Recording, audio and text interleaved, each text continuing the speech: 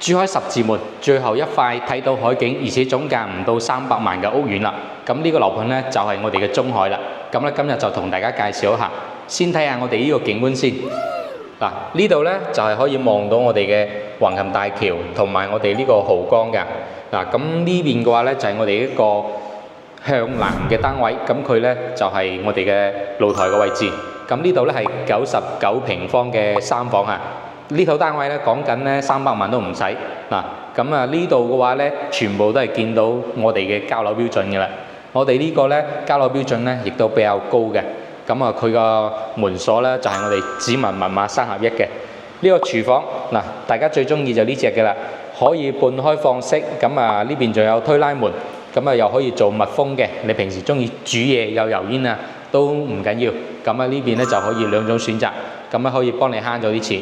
咁啊，佢交樓標準上面咧，亦都有呢個涼白，比較舒服嘅你煮嘢。呢套單位嘅話咧，喺我哋十字門呢邊嘅話就好少見嘅。咁啊，亦都係最後一批㗎啦。嗱，你見洗手間呢邊嘅話咧，佢都好闊綽，係一個名廁嚟嘅，有窗嘅。咁佢嘅話交樓標準都比較高嚇。好，睇翻佢房間先。呢度第一間客房。咁呢間客房咧，咁佢冷氣機係冇得送嘅。呢間客房咧，佢就南向。咁啊，南向咧，如果你揀高層咧，都睇到海景。而家我個位置就係18樓嘅位置嚇。咁啊，平時落樓咧就有我哋嘅十字門華發商都啦。咁啊，3期華發商都咧，而家都準備開㗎啦。呢度咧係非常之罕見嘅，3間房咧都可以睇到海景。啊，對面橫琴同埋呢個海景，越靠我哋呢一邊西邊咧就嗰個海景就越多。當然啦，我哋嘅主人房咧睇到嘅海景咧，亦都係最多嘅。嗱，咁呢個主人房嘅套間，咁啊呢啲廁所咧都好闊綽嘅。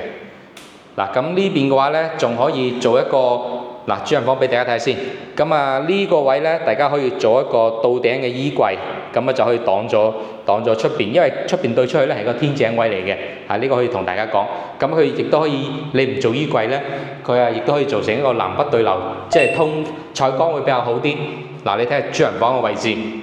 咁主人房咧望到嘅海景同埋我哋嘅山景咧，都係非常之好嘅。